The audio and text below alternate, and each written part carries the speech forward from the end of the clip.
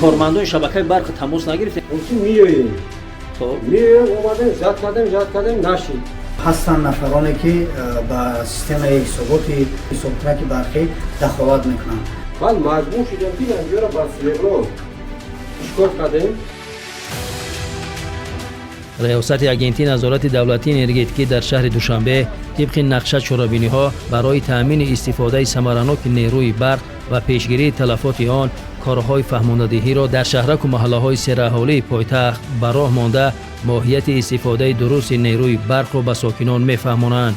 بنا به اطلاع موجوده چنین کارهای تبلیغاتی و فهماندهی باید به مدنیت استفاده بری ثمراناک و صرفه‌کارانه نیروی برق دوام سال 2025-2026 بیش از پیش صورت گرفته است.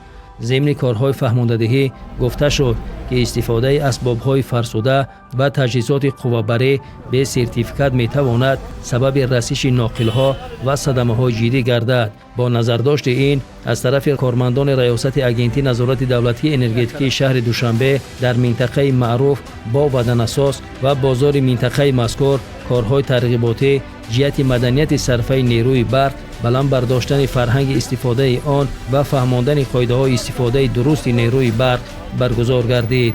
در رفت کارهای فهماندهی، بوکلت‌ها و مواد اطلاعاتی عاید بر راه‌های صرفه نیروی برق و پیشگیری از استفاده برزیاد آن از جانب کارمندان ریاست مذکور تقسیم کرده شدند. متخصصان تاکید نمودند که رعایت صرفه‌کاری نه تنها مسئولیت شهروندی و طلبات قانون بلکه یک عمل وطندوستانه است، زیرا خاموش کردن یک چراغ یا کم استفاده بردن اسباب‌های برقی می‌تواند برای ده‌ها خانواده امکان به محدود تامین بودن برق را فراهم سازد.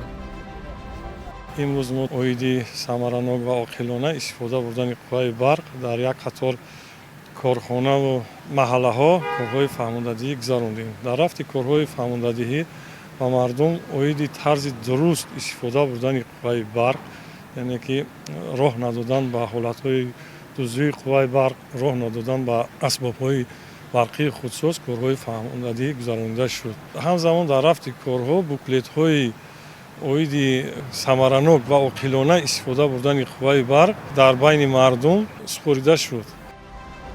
همزمان چنین کارهای فهماندهی در خیابان رودکی با اشتراک کارمندان ریاست اگنتی نظارت دولتی انرژتیکی شهر دوشنبه و ولنتیاران برگزار گردید. ضمن تقسیم بوکلت‌ها به ساکنان ماهیت صرفه نیروی برق و عاقبت‌های استفاده غیرقانونی نیروی برق فهمانیده شد. اینچنین در خیابان رودکی لوحه‌های تبلیغاتی سیار در کانال راه نصب گردیدند تا ساکنان از راه‌های درست استفاده نیروی برق به خوبی آگاه گردند. در این زمینه کارمندان ریاست مذکور با مقصد پیشگیری استفاده غیرقانونی برق و تغییر دادن نشانداد حسابکنک‌ها کارهای فهماندهی را در چند شهرک و محله‌های پایتخت گذرانیدند. ذکر گردید که موافق معیار نو که به کودکس جنایتی جمهوری تاجیکستان وارد شده است برای چنین کردارها جزای سخت از جمله محروم ساختن از آزادی پیش بینی می‌گردد.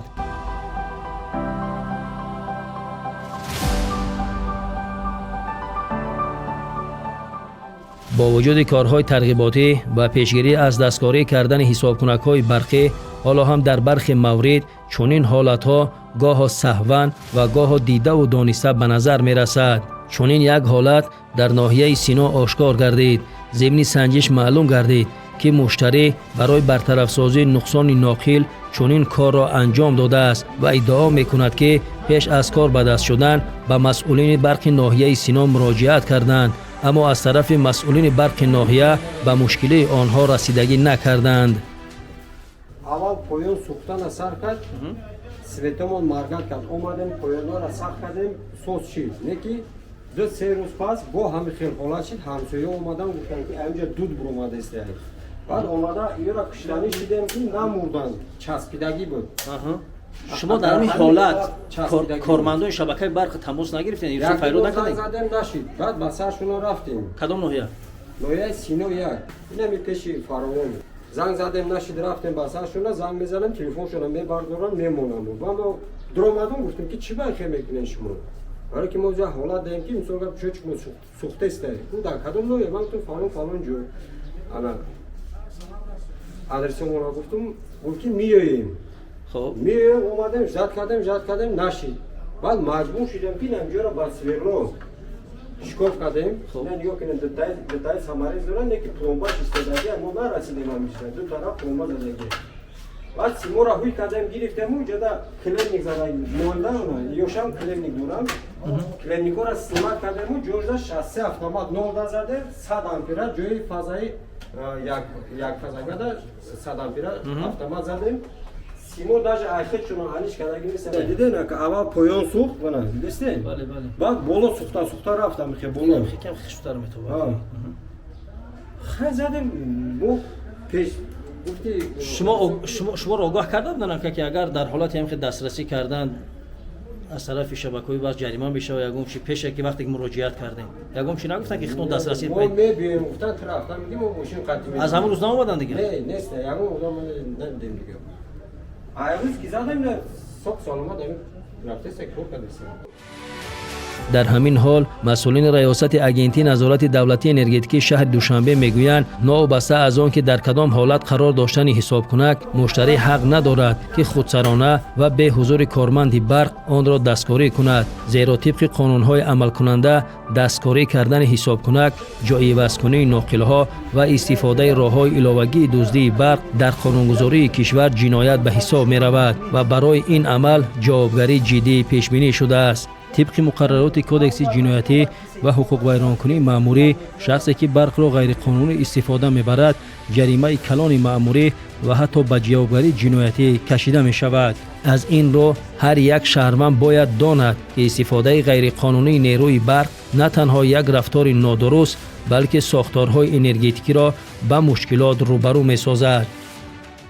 نوبسته از آن که از جانب حکومت جمهوری تاجیکستان و رئیس شهر دوشنبه باید کم کردن تلفات نیروی برق و استفاده غیرقانونی نیروی برق و کارهای نظارتی که از جانب اگنتی نظارت دولتی انرژتیکی شهر دوشنبه در حدود کشور گذرانده می شود هستند نفرانی که به سیستم حساب کنک برقی دخالت میکنند. در همین زمان ما در نزد حساب کنک برقی استفاده کننده قرار داریم که به قسمت پایانی روی پوش حساب کنک برقی دخالت کرده نوبسته از اون که با وجود اون که تمغه یک کرته تشکیلات تامین کننده برق نصب گردیده است قسمت پایانی اون رو سوراخ کرده با سیستم حسابات دسترسی پیدا نمودند. از این لحاظ از همه شهروندان و از همه استفاده برندگان احترامانه خواهش می‌نمایم که به تمغه یک کرته تشکیلات تامین کننده برق خود دسترسی دست نرسونند و به نماینده تشکیلات تامین کننده برق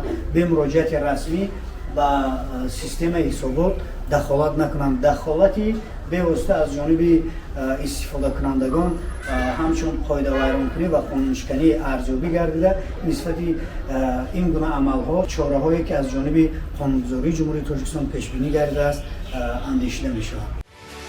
استفاده عاقلانه نیروی برق این تنها توصیه متخصصان نیست. این حقوق ما، مسئولیت ما و سهم ما در تامین استواری اقتصاد ملی می باشد. از این رو استفاده برندگان نیروی برق را ضرور است که قوه برق را بیش از پیش صرفه‌کارانه استفاده نمایند.